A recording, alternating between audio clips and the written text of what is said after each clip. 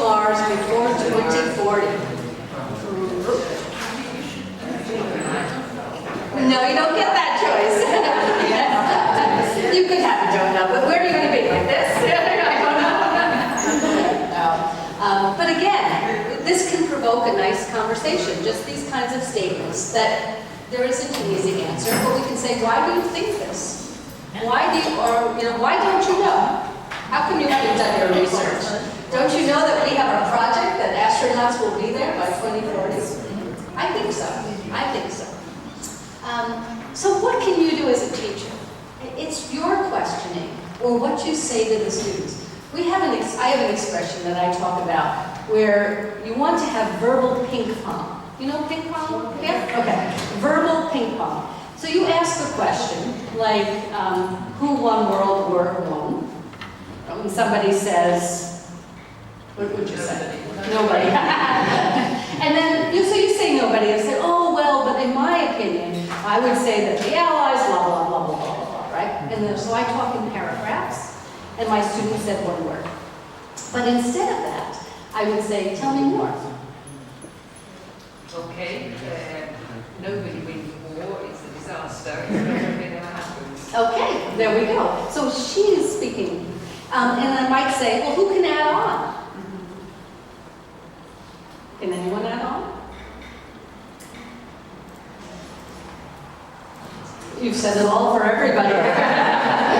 But these kinds of questions are what will help your students talk more, and therefore you do number 5, you talk less.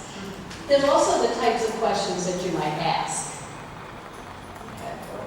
Right? One of the key things that we're facing in the U.S. is you have to cite your evidence. All of our different subjects are calling for that as part of our state exams, our national tests, and so having the students actually go back, how did you get that answer? How did you figure it out?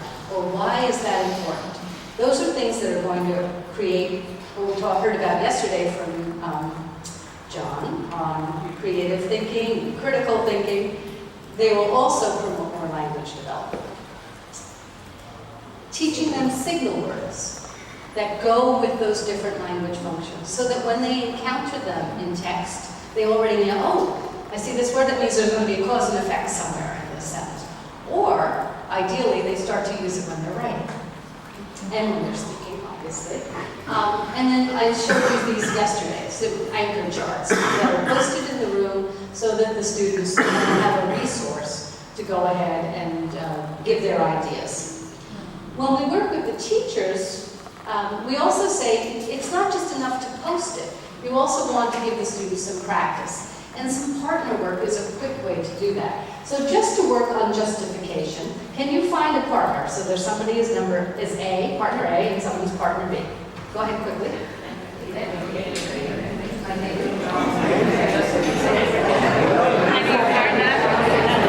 raise your hand if you're A.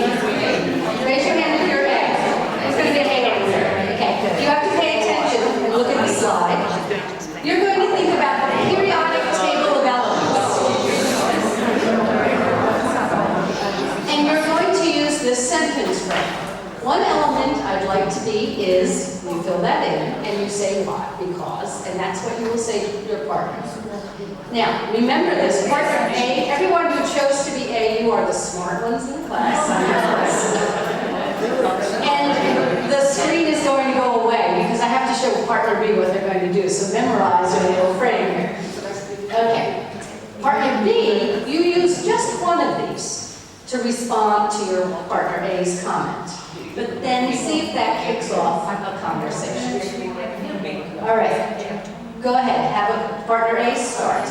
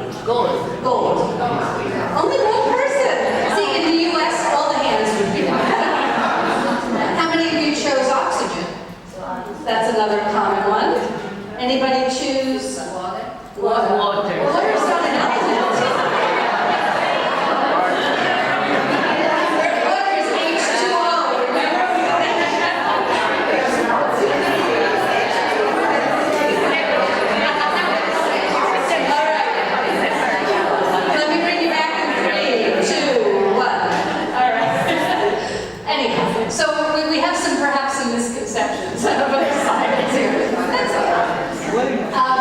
So let's begin. What else can we do? This is similar to what Malcolm was talking as well. He was talking it from a rhetorical purpose, but I think about it from a language proficiency purpose. So very early on, we can start to say, I think that, or I believe that. But then we want students to move up in what they're saying. They might say, in my opinion, or I disagree with, because, right? So all of this is sort of talking about argument or ideas and opinions, but there's different ways to promote it. And then in the text, we'd actually, or in writing, we'd like to see something even more sophisticated.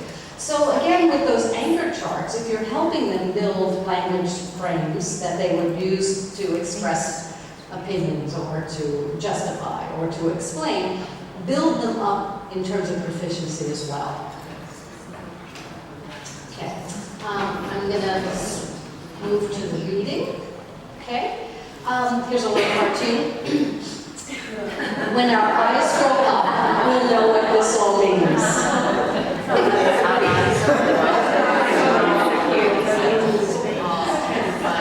A lovely sentiment, unfortunately, it doesn't work. It's just like putting the earphones on before I go to sleep and think I'll learn Italian while I sleep, right? That doesn't happen. Okay, what are some of the guidelines here? We have to build background and vocabulary in order for students to access text.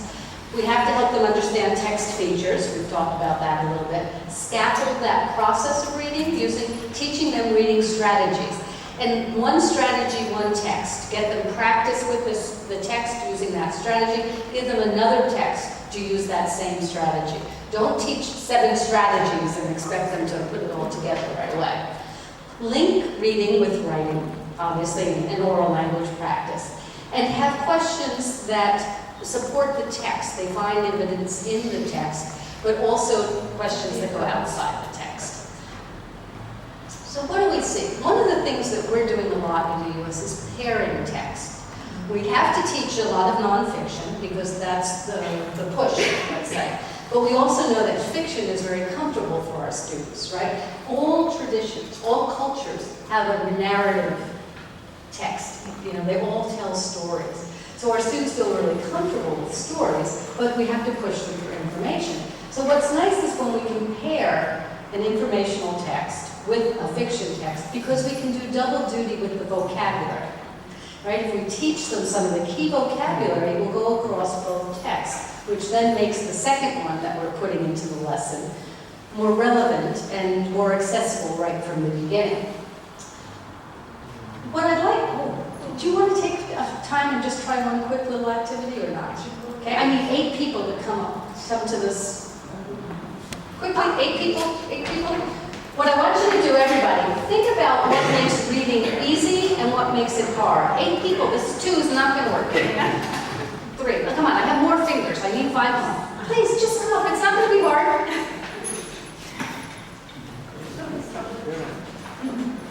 Oh my goodness gracious. All right, what I need you to do is stand here. I need at least 1 more. Yep, stand here. Yep, 3 people over here, and I need at least 3 over here. Or not. Thank you, thank you. Okay, so this little activity is called Cross the Line. Oh, you're not familiar with it. Okay, and there's not a lot of room there, unfortunately, for crossing the line. So spread out yourself a little bit. Just, yeah, okay. So what you do is you form these 2 lines, and line 1 makes statements about what makes reading easy, or when reading is easy. Yes, your line 1, and your line 2, you're going to make a statement about what makes it hard. Okay? And there's no rule, right? Anybody who has an idea, you just stand in the middle, and you make your statement. And you don't have to take turns, you can hog all the time, it doesn't matter, but just go ahead and try this. Pictures make it easy. Yeah, but words make it really hard. I know why they can't. Somebody in the kitchen to show you. Try to use loud voice. And it'll help you. Okay, but if I like the subject, really get someone to listen. If I have prior knowledge, it's easy. Want if you don't know the subject, absolutely you can try. Okay, thank you. Oh, yeah, you get the point. We can sit down. Pretty good idea, I think. Thank them, yes, they were very brave.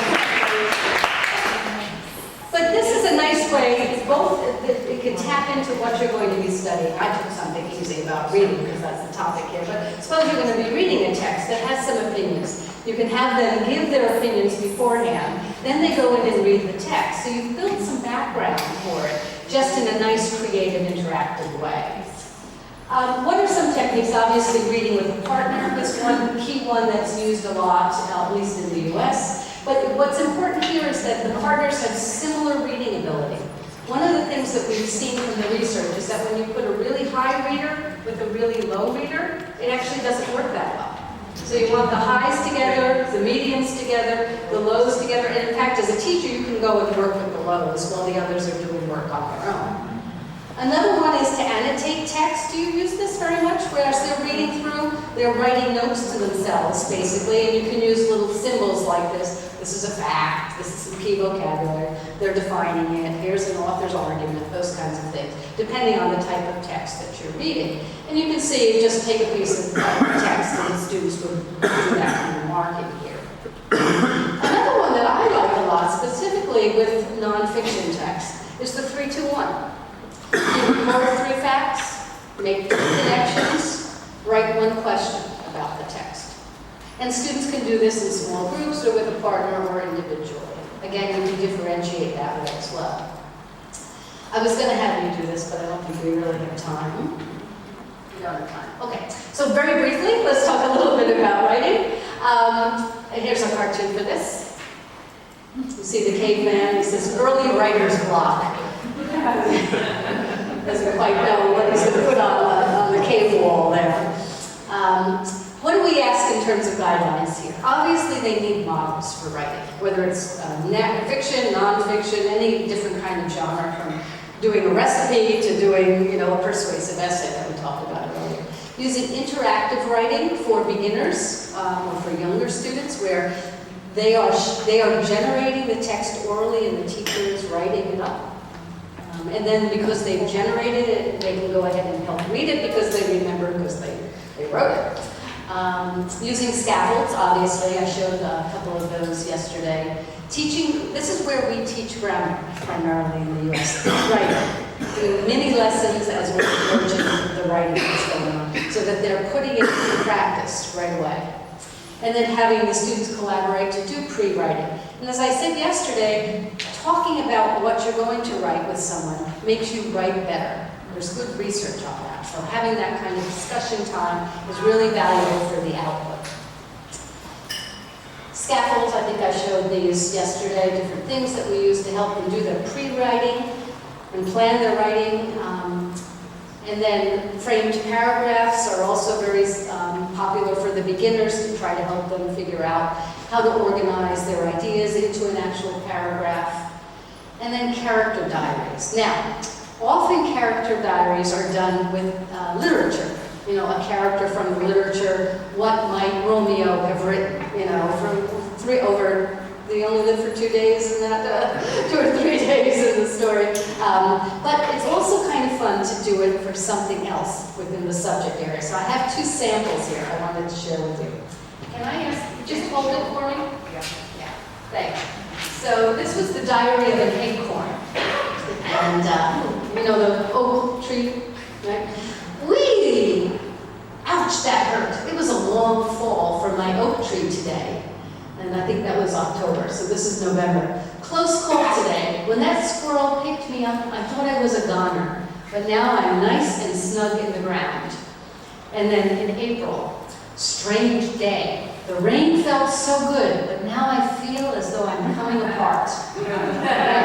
Real nice, because it demonstrates the content knowledge, but really gets to be creative when it comes to the language. Yeah, here's another one. This is similar. In March, I'm so excited. Spring is here. I hope someone will plant me in the ground soon. P.S. Why is it snowing? Later in March. The sun is shining. In other news, a bird ate me today. I wonder where he'll drop me off. At the end of March. Well, that was quite a journey. Good news. I'm now firmly in the ground and ready to sprout. See you soon. So the students in the same class are studying about plants, obviously, but they took a slightly different tack for Which class? Which class? This was elementary school in 4th grade. Just a fun little activity then. So I get to finish, right? Okay, so did we meet our objectives? Do you feel like you understood some of the features of academic language? Show me a thumbs up or a thumbs sideways or a thumbs down. Did I explain some guidelines for building academic language in lessons? Thank you. Did you discuss and practice a few techniques for vocabulary, reading, and writing? Oh, come on, a few, I said. I didn't say a lot. Okay, thank you very much. Some of these have come from our book that we wrote. If you're interested, it's published by Pearson. And I think I have a thank you slide. Thank you.